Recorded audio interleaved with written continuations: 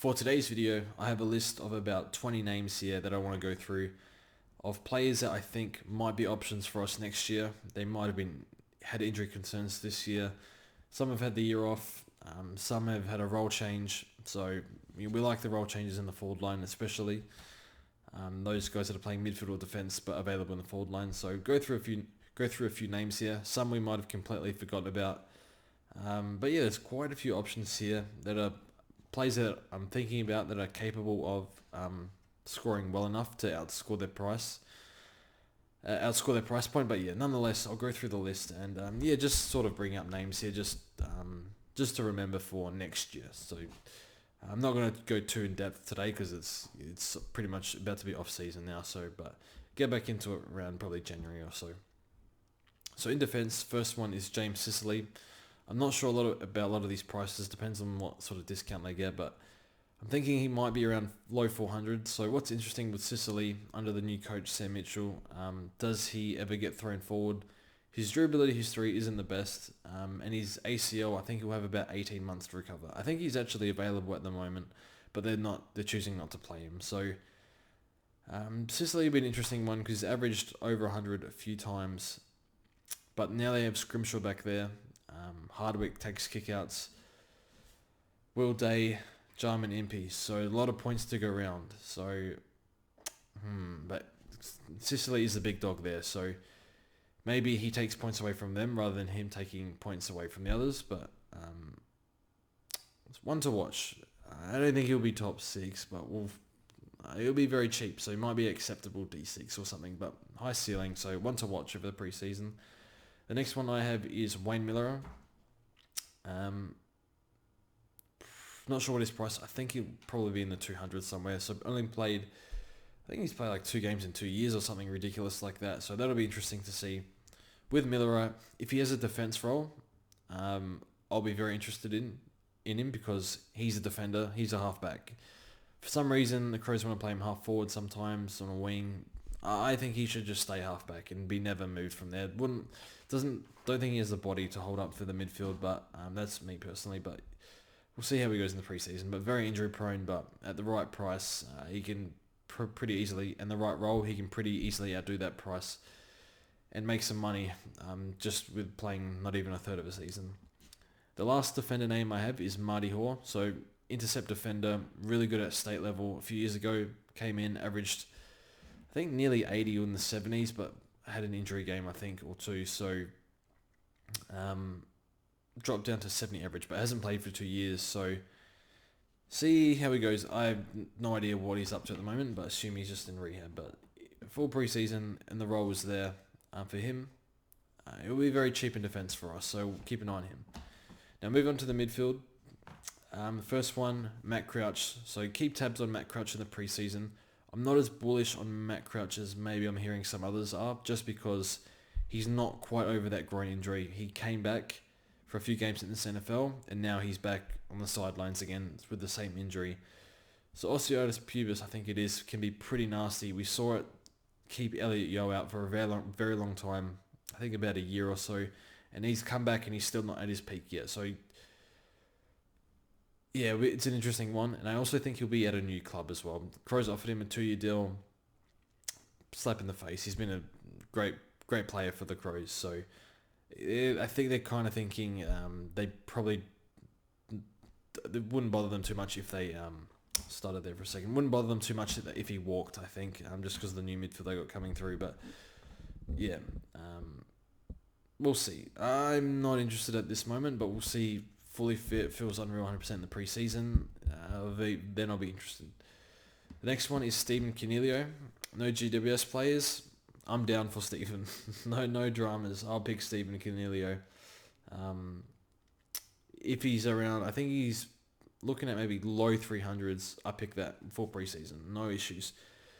I think if they strip the captaincy off him for preseason, and he's very, very hard worker, very disciplined off the field. Just had no soft tissue stuff, but I think he's had an ankle and a toe injury. So see how he pulls up in the preseason. So I know no GWS players, but 300k, he can easily average 90 plus. So with more upside, but we'll see. The next one I have is Jai Cordwell. So I think he'll be under 300. Showed a lot of great signs in the preseason, looked really good. Unfortunately, he's far too injury prone, so I think this is probably a miss just because of the durability, but definitely a capable scorer. The next one I have is Matt Rao, and this is a very tough one because I think he's been good in the contest. I think there was, I can't remember which show it was on, but they were highlighting his running patterns and they were quite poor. Like comparing it to Took Miller, so something's up with Rao because he's far better than this, and it's probably injuries, but he's just not finding it on the outside at all. Like outside of a stoppage, he's complete liability from what I've seen. So yeah, it'll be interesting. It'll be very cheap, really cheap. I'm thinking maybe 300 as well, possibly lower. I'm not exactly sure. But we'll see on Rao. But I don't think he's the lock people might think he is. But we'll see over the preseason. Because is he still that guy? Have those injuries? They're pretty nasty injuries. Is he going to be at his best? Is he going to feel those injuries for the rest of his life? I'm not sure, but we'll see.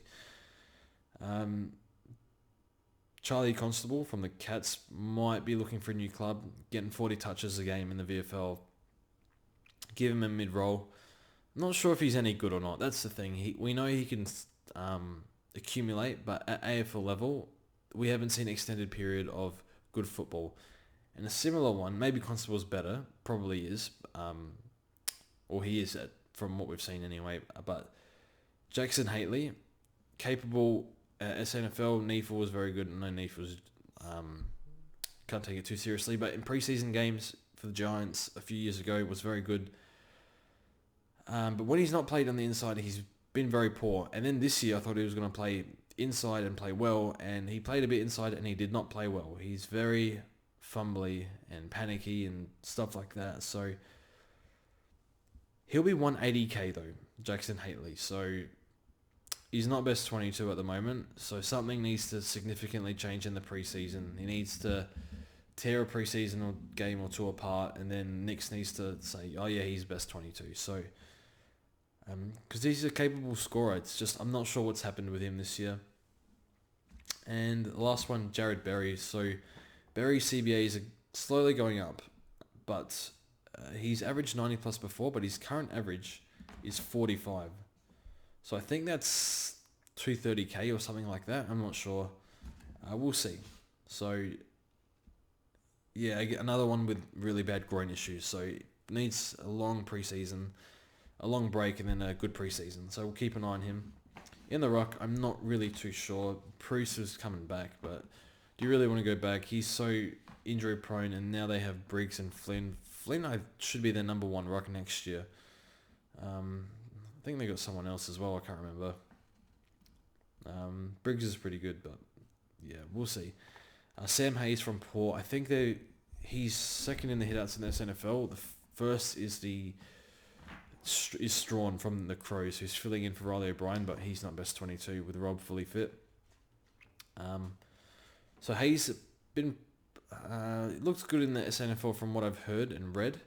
I haven't watched a lot of him, but seems like a capable ruckman. So can he take the reins off Lysette or something? I'm not sure, but yeah, Sydney tried to trade for him a few years ago, and Port said no, don't touch him. So we'll keep an eye on that. The next one I have is Charlie Comben, probably a bench option. He's the future of the North Melbourne forward line, it seems. Just had lots of injuries, but hopefully a ruck forward we can chuck it R3 that's cheap. So hopefully like 140k or something. Now on the forward line, I have two names that are potential premiums here. So one, DeGoey. I really hope DeGoey is a mid only because I don't want to pick this flog in the forward line. Durability issues, off-field issues, probably not as much anymore it seems, but still don't really trust the guy at all. So, but he's quite talented and the role is there and he's playing really well in it and he showed a really good blocker form. So I think you almost have to pick him if he's a forward because he'll be priced at 80 or so and he's probably averaging 105 plus at the moment in that role, maybe more, so we'll see. And Matt Kennedy from Carlton, I think he's got durability issues as well, but I think if you take, he's been thrown forward at times, but I think in playing in the midfield, it seems his average, if you take away one game where he was shoved forward, in the back half of the year, it might be a 90 to 95 plus average from Matt Kennedy. So don't mind the pick, but I don't really trust it either. So he'll be cheap. I think he'll price the same, similar to Degoe.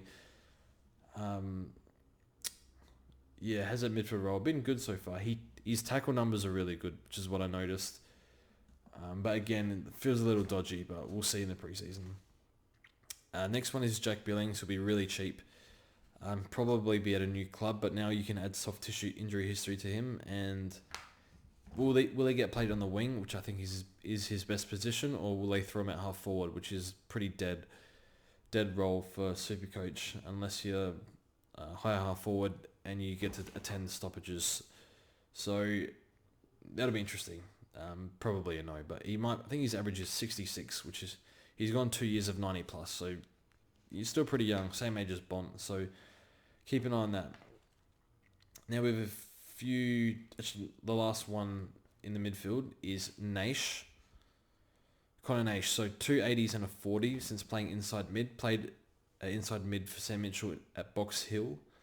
The 40 game was against the Dogs, so maybe we can forgive him for that. So still pretty young, but it's hard not to score when you're getting a lot of centre bounces. So keep an eye on Nash. He'll be really, really cheap. I'm not sure how cheap, maybe low 200s.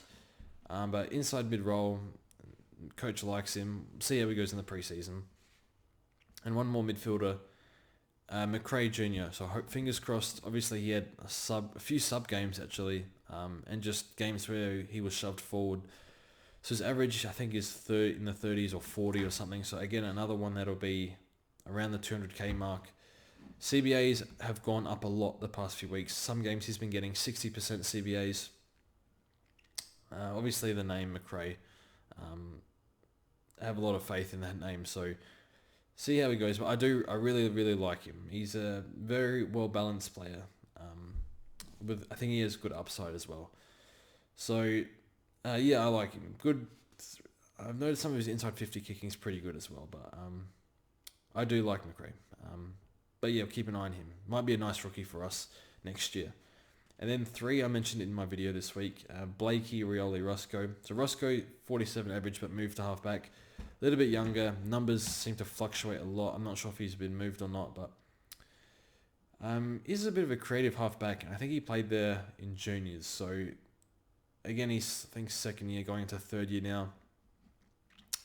Pretty young, 19, I think. So keep an eye on Roscoe. Has a pretty feral haircut, but yeah, not too sure. Don't have enough. He'll be cheap, and the role might be there, but don't have a lot of evidence he's going to score there consistently just yet. Nick Blakey, 77 average since moving to halfback, which is okay. I think he's priced at 60 or something, but has an injury concern at the moment. I think he's quite good off halfback. Provides that run and carry, which pretty important. You don't see Lloyd and Dawson run and carry a whole lot. A little bit, but they don't have the pace of Blakey. So it'll be interesting to see how Blakey goes. Coming into his 4th year now. Might be an okay pick. Doesn't get kick out, so ceiling might be capped at around 85-ish or something. 85, 90, which is probably very generous actually. So maybe low 80s or something, but we'll see. And the last one, Dan Rioli. So I didn't see him take kickouts, but 80 average since moving to halfback and priced at 60. I do not mind Rioli's game. Seems to get to the right spot. Seems pretty good short kick. Does attack a little bit. Maybe he can attack a bit more as he gets more comfortable in the role. But has a halfback role. Priced at 60, averaged 80 at halfback so far. So we'll see. So that's a list of names. This 14-minute video probably gone way too long for this time of the year, but a whole bunch of names to consider for next year, and we'll see how they all go in the preseason. So thanks for watching, and we'll see you guys soon.